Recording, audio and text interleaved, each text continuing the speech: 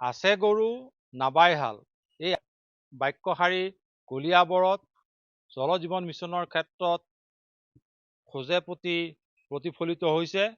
মই আজি উপস্থিত আছো কলিয়াবৰৰ চাকমুঠীয়া চাহ বাগিচাৰ পুৰণা লাইনত, আৰু এই পুৰণা লাইনতে 2021-22 বৰ্ষত এটা জল জীৱন মিছনৰ আঁচনি স্থাপন কৰা হৈছিল।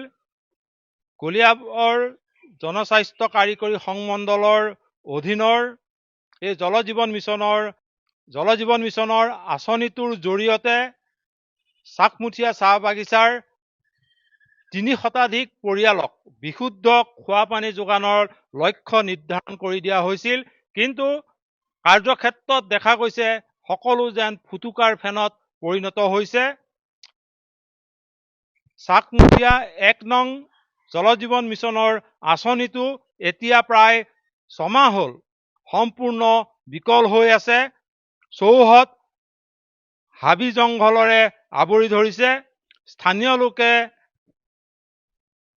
এই আঁচনিটোৰ পৰা প্ৰায় 6 মাহ ধৰি কোনো ধৰণৰ বিশুদ্ধ খোৱা পানী লাভ কৰিবলৈ সক্ষম হোৱা নাই।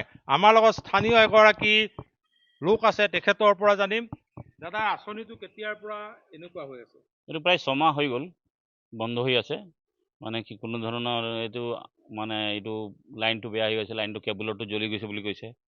কেবুল লগালে, কিন্তু এসপ্তাহৰ পিছত ক'লে কেবুল ক'লে এইটো বেছি দিন লাষ্টিং নকৰিব, কেবুলটো নষ্ট হৈ গৈছে। এইটো আৰু এইটো হ'লেই নজ্বলিলেই 6 মাহ পাৰ হৈ গ'লে এতিয়ালৈকে কোনো ধৰণৰ গুৰুত্ব দিয়া নাই।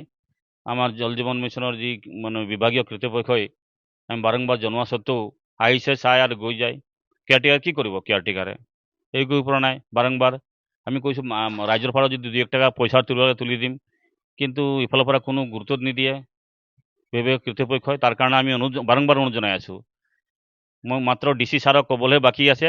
মই ভাবিলোঁ এই কেইদিনতে ভাবিছিলোঁ যে DC ছাৰক মই জনাম, একটা এপ্লিকেশ্যন দিম, যেনেকৈ জল জীৱন মিছনটো বহুত দিন 6 মাহ ধৰি বিকল্প হৈ আছে, তাৰ কোনো ধৰণৰ ব্যৱস্থা লোৱা নাই কৰ্তৃপক্ষই।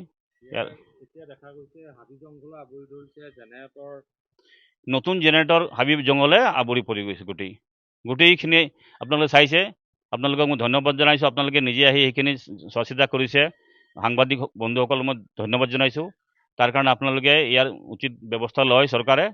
আৰু চৰকাৰ দিছে, ঠিকেই কৰিছে, চৰকাৰে ভাল কৰিছে, কিন্তু আমাৰ কৰ্তৃপক্ষই যেনেধৰণে গুৰুত্ব দিব লাগিছিলে তেনেধৰণে গুৰুত্ব দিয়া নাই। এনেদৰে স্থানীয় লোকে তেখেতৰ প্ৰতিক্ৰিয়া ব্যক্ত কৰিলে।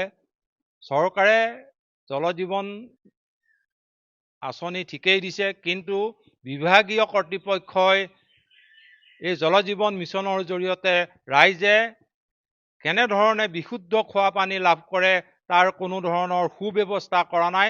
কাৰণ স্থানীয় লোকে উল্লেখ কৰিছে, বাৰম্বাৰ বিভাগীয় কৰ্তৃপক্ষক অনুৰোধ জনোৱাৰ পিছতো অকাৰ্যক্ষম হৈ থকা এই বিশুদ্ধ খোৱা পানী যোগান আঁচনিটো জল জীৱন মিছনৰ 2021-22 বৰ্ষত স্থাপন কৰা এই আঁচনিটো মেৰামতি কৰি ৰাইজক পুনৰ বিশুদ্ধ খোৱা পানী যোগানৰ ব্যৱস্থা কৰা নাই।